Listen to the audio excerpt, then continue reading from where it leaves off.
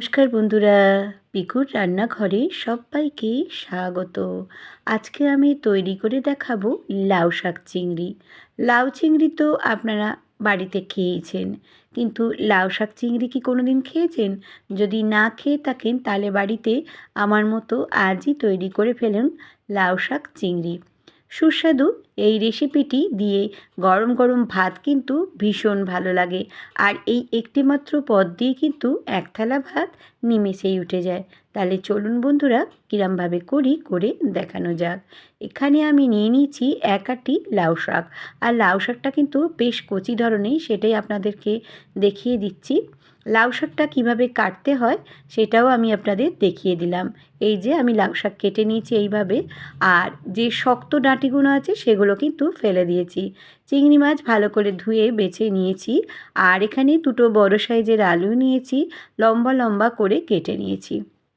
কড়ার মধ্যে দিয়ে দিচ্ছি 5 টেবিল স্পুন মতো সর্ষের তেল। তেলটা যখন বেশ ভালো মতো গরম হয়ে যাবে, নুন হলুদ মাখিয়ে নিয়েছিলাম চিংড়ি মাছে, এবার তেলের মধ্যে দিয়ে একটু হালকা করে নাড়াচাড়া করে নেব। 2 থেকে 3 মিনিটের মতো নাড়াচাড়া করলেই কিন্তু এই চিংড়ি মাছটা হয়ে যাবে। চিংড়ি মাছ কিন্তু বেশি ভাজবার দরকার নেই। চিংড়ি মাছ বেশি ভাজলে কিন্তু শিটে হয়ে যাবে। সেই কারণেই 2-3 মিনিট একটু গ্যাসের ফ্লেমটা জোর দিয়ে আমি কিন্তু ভেজে নিচ্ছি।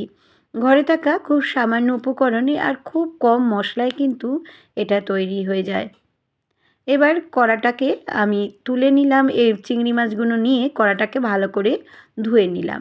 নিয়ে এর মধ্যে দিয়ে দিলাম 8 টেবিল স্পুন মতো সর্ষের তেল। আর সর্ষের তেল রান্নাটা করলে কিন্তু বেশি খেতে ভালো হয়। 1 চামচ মতো দিয়ে দিলাম 5 ফোড়ন। গ্যাসের ফ্লেমটা এই সময় লো টু মাঝারি করে রেখে দিয়েছি। দুটো বড় সাইজের দিয়ে দিলাম পেঁয়াজ কুচি। পেঁয়াজ কুচিটা দিয়ে বেশ ভালো করে কিন্তু নাড়াচাড়া করে নেব। এবারে এর মধ্যে দিয়ে দিলাম আলুগুলিকে দিয়ে বেশ ভালো করে কিন্তু নাড়াচাড়া করে একটু হালকা করে ভাজা ভাজা করে নেব। 2-3 মিনিট মতো ভাজলেই কিন্তু হয়ে যাবে। এই সময় গ্যাসের ফ্লেমটা লো টু মাঝারি করে আমি কিন্তু রেখে দিয়েছি। এবারে আমি টুকরো করে রাখা যে লাউ শাকটা সেটা কিন্তু এর ওপর দিয়ে দেব। দিয়ে আমি এবার একটু চাপা দিয়ে দেবো। গ্যাসের ফ্লেমটা লো করে রাখবো একদম। আর লাউ শাক থেকে কিন্তু জল বেরোতে শুরু করে দেবে। 5 মিনিট বাদে ফিরে এলাম, দেখুন অলরেডি জল কিন্তু বেরিয়ে গেছে আর লাউ শাকটা কমেও গেছে দেখুন। এই যে দেখুন বন্ধুরা কত জল বেরিয়েছে।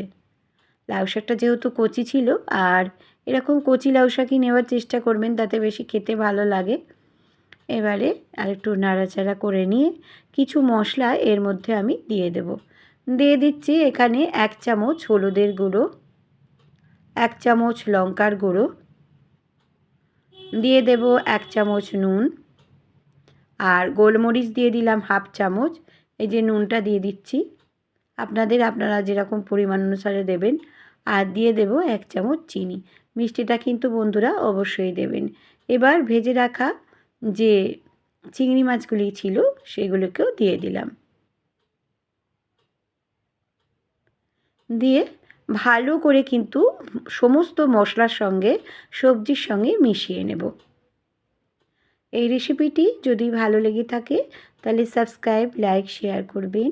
নিচে থাকা বেল বাটনটা প্রেস করে দেবেন, যাতে নতুন নতুন রেসিপি বা ব্লগ আপনাদের কাছে প্রথমেই পৌঁছে যায়। এবারে বন্ধুরা বেশ ভালো করে কিন্তু নাড়াচাড়া করে গ্যাসের ফ্লেমটা লো টু মাঝারি করে 7-8 মিনিটের মতো চাপা দিয়ে আমি রেখে দিলাম। এবার আমি চাপাটা খুলে নিচ্ছি, দেখুন কতটা জল বেরিয়েছে। অনেকটাই জল বেরিয়েছে, আর আলু আর শাক কিন্তু পুরো সেদ্ধ হয়ে গেছে। সেটাও একটু আপনাদেরকে চেক করে দেখিয়ে দিচ্ছি। আমার ফেসবুক, ইনস্টাগ্রামে পিকুর রান্নাঘর আছে, চাইলে আপনারা সেখানেও কিন্তু সবাই সদস্য হয়ে যেতে পারেন। খুব ভালো খেতে হয়েছিল বন্ধুরা, বাড়িতে কিন্তু অবশ্যই ট্রাই করবেন। এবার আমি জলটা পুরো টানিয়ে নিচ্ছি, যাতে জলটা না থাকে, একদম শুকনো শুকনো থাকবে। এই যে আমি তৈরি করে একটা জায়গায় সার্ভ করে আপনাদের কাছে দেখালাম। কিরম দেখতে হয়েছে বলবেন, একটা লাইক দেবেন। সবাই খুব খুব খুব ভালো থাকবেন, সুস্থ থাকবেন। আবারও আমি আসবো নতুন নতুন রেসিপি বা সুন্দর সুন্দর ব্লগের সঙ্গে। এতক্ষণ আমার সঙ্গে থাকার জন্য ধন্যবাদ।